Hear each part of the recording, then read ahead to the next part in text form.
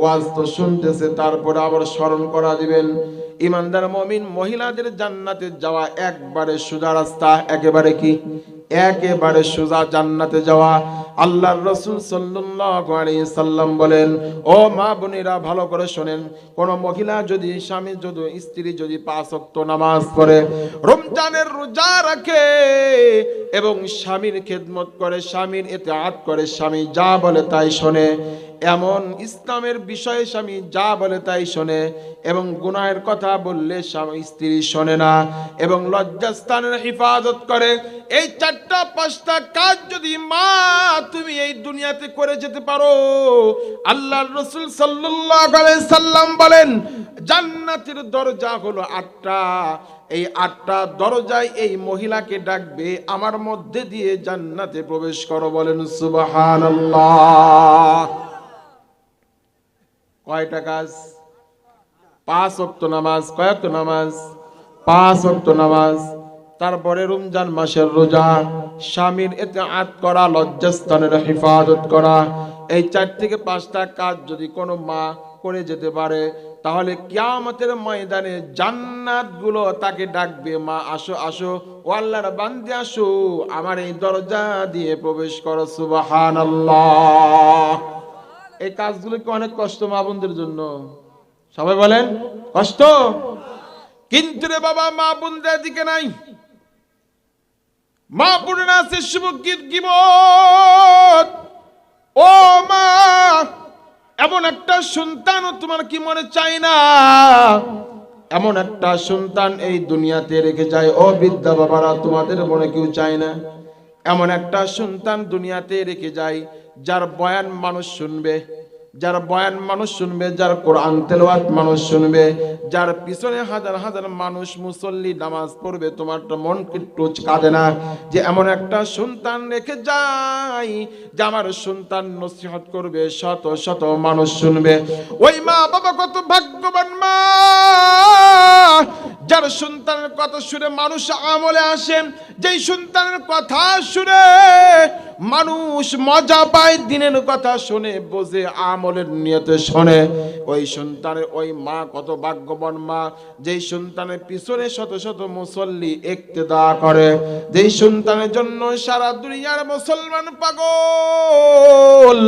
এই যে দেখেন বড় বড় যারা বক্তা আছে, হাফিজুর রহমান সিদ্দিকী, আল্লামা মামুনুল হক, খালেক সাইফুল্লাহ আইয়ুবী, বান্দা এখনো যদি এখন এলান করি ফজরের নামাজের 1 ঘন্টা আগে এইখানে এসে বয়ান দিবে রে বাবা, কোথায় থেকে লোক আসবে আপনিও ধারণা করতে পারবেন না। আমরা তো এখন বয়ান করতেছি, তাই না? যদি বলি ফজরের আজানের 1 ঘন্টা আগে এসে এখানে এসে খালেক সাইফুল্লাহ আইয়ুবী, হাফিজুর রহমান সিদ্দিকী, আল্লামা মামুনুল হক আসবে, এই এলাকায় লোক আসবে না। ও মা, তোমার মনটা কি চায় না আমার একটা সন্তান এরকম হোক? ও বাবা, তোমার মনটা কি চায় না আমার একটা সন্তান এরকম হোক? সারা দুনিয়ার মানুষ আমার সন্তানের জন্য পাগল হোক রে বাবা। ইমানদার মুমিন, আমাদের মা বোনদের মধ্যে কেন আমল নাই, পর্দা নাই রে বাবা? ও বিদ্যা বাবারা, যুবক ভাইরা, এখানে যারা আমরা আছি, যারা বিবাহ শাদী করেছি, স্বামী স্ত্রীকে পর্দায় রাখতে পারো না, পর্দার কথা বলবো রে বাবা। মা বোনদেরকে বলতেছি পর্দায় থাকতে হবে।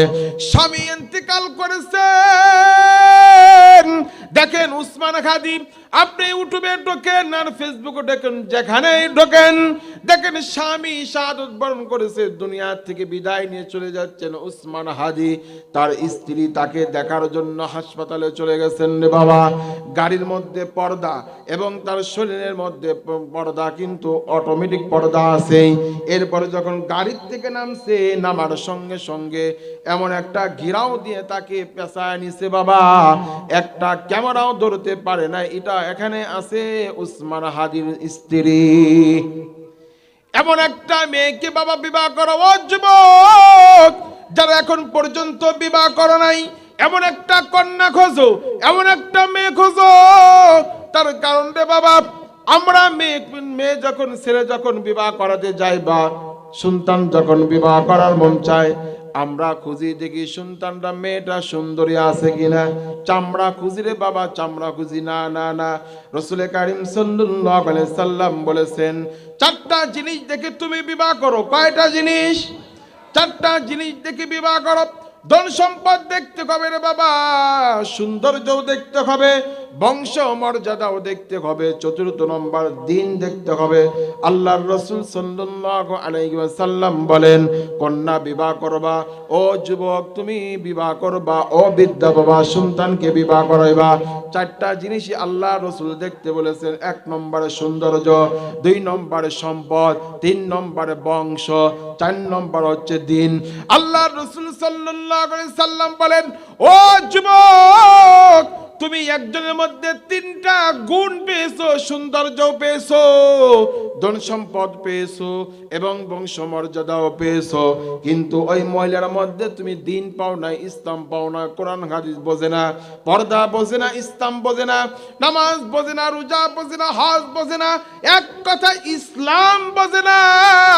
আল্লাহ রাসূল সাল্লাল্লাহু আলাইহি সাল্লাম বলেন, তিনটা গুণ পাওয়ার পরে ওই মেয়েকে বিবাহ করা যাবে না।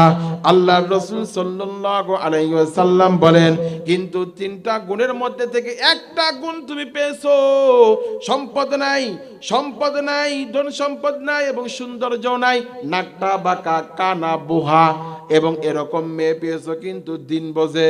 আল্লাহর রাসূল সাল্লাল্লাহু আলাইহি সাল্লাম বলেন, এই দিনকেই তুমি প্রাধান্য দাও, তিনটাকে প্রাধান্য দিও না। যদি তুমি তিনটাকে প্রাধান্য দিতে যাও, তোমার ঘরে জিন্দেগিতে সুখ আসবে না, তোমার ঘরে অবশ্যই অবশ্যই অশান্তি আসবে। আল্লাহর রাসূল সাল্লাল্লাহু আলাইহি সাল্লাম বলেছেন।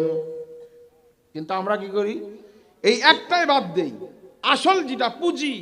রাসূল বলেন দিন দেখো, দিনকে প্রাধান্য দাও। এই দিনকে আমরা বাদ দেই, দেখি সুন্দর না সুন্দরী ভালোই আছে, সম্পদ এই এক বাপের এক মেয়ে সবই তো তোর, এক বাপের এক মেয়ে সবই তো তোর, ল্যাংড়া হোক আর বোবা হোক যাই হোক, সম্পদ আছে বিবাহ কর।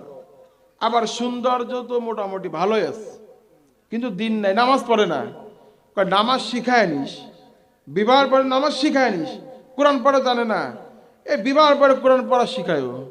জীবনে কোনোদিন বিবাহের পরে কোরআন পড়া শিখছে? বরংস বাপের বাড়ি থেকে যদি কোরআন পড়া শেখে, ওই কোরআনটা বাড়ির থেকে নিয়ে আসে, সুন্দর করে বিবাহের পরে হোক বা বিবাহের দিন হোক নিয়ে আসে, আনার পর ওই যে তাকের উপর রাখে, দুলা পড়তে পড়তে পড়তে পড়তে ওর গিলাফি দেখা যায় না, কোনোদিন পরিষ্কার করে না, কিন্তু টেলিভিশন প্রত্যেক দিন পরিষ্কার পরিষ্কার পরিচ্ছন্ন এবং পর্দাও লাগায়। টেলিভিশনে কি লাগায়? পর্দাও লাগায়, ময়লা পড়ে, আবার সেই পর্দাটাও আবার প্রতি সপ্তাহে ধোয়। যদি বন্ধু বান্ধব আসে তাহলে কি বলবি নি যে তোর স্ত্রী এত জঘন্য পিছের, তোর স্ত্রী তো এই টেলিভিশনের কাপড়টাও ময়লাটা পরিষ্কার করে না, অথচ কোরআনের উপর দুলা পড়তে পড়তে পড়তে পড়তে এক আঙ্গুল শেষ। এরকম অবস্থা না মুসলমান ভাইরা আমার? এই জন্য আল্লাহ পাক রব্বুল আলামিন আয়ব নবীকে যখন তিনি তার শরীরে পোকা পর্যন্ত দিয়ে দিলেন রে বাবা, পোকা যখন তার শরীরে খাচ্ছে, খাইতে খাইতে খাইতে খাইতে এমন অবস্থা হয়েছে, হযরত আয়ব আলাইহিস সালাতু ওয়াস সালামের শরীরে কোনো জায়গায় হাড্ডি বের হয়ে গেছে, পোকা খাইতে খাইতে হাড্ডি পর্যন্ত বের করে ফেলেছে। ইমানদার মুমিন, হযরত আয়ুব আলাইহিস সালাতু ওয়াস সালাম এরকম নির্যাতনের মধ্যে ছিলেন, এরপরেও আল্লাহ তাবারক তাআলার শরণ, আল্লাহ তাবারক তাআলার জিকির বাদ দেন নাই, আল্লাহ তাআলার ইবাদত বন্দেগী করে গিয়েছেন রে বাবা। এই জন্য আমাদের যত মুসিবত আসুক, বালা মুসিবত আসুক, ধৈর্য ধারণ করে কাকে ডাকতে হবে? আর জোরে বলেন কাকে ডাকতে হবে? আল্লাহ তাবারক তাআলাকে ডাকতে হবে বাবা। এই জন্য আল্লাহর মোহাব্বত তাদের অন্তরের মধ্যে বেশি ছিল। এই জন্য আল্লাহ তাআলা বলেন, ওয়াল্লাযীনা আমানু আশাদ্দু হুব্বাল লিল্লাহ, যারা ঈমানদার, যারা ঈমানওয়ালা, যারা মুসলমান, তাদের অন্তরে হচ্ছে আল্লাহ তাআলার মোহাব্বত বেশি ছিল। বলেন সুবহানাল্লাহ। এই জন্য আল্লাহ তাবারক তাআলার মহব্বত জাহির করতে হবে। এই জন্য আল্লাহ তাবারক তাআলা কুরআনুল কারীমের মধ্যে বলেছেন, কুল ইন কুনতুম তুহিব্বুনাল্লাহ ফাত্তাবিউনি ইউহিব্বুকুমুল্লাহ। আল্লাহ তাবারক তাআলা আমার আপনার নবী জনাবে মুহাম্মদুর রাসূলুল্লাহ সাল্লাল্লাহু আলাইহি সাল্লামকে বলেন, ও আমার হাবিব, আপনি আমার উম্মত বান্দাদেরকে বলে দেন, মানুষ যদি আমাকে ভালোবাসতে চায় তারা যেন আপনাকে মহব্বত করে ভালোবাসে। বলেন সুবহানাল্লাহ। কাকে ভালোবাসতে হবে? আল্লাহকে ভালোবাসতে হবে। আর আল্লাহর ভালোবাসার মাপকাঠি হলো নবীর ইতাআত করা। নবীরা যে কাজ করেছে ওই কাজগুলো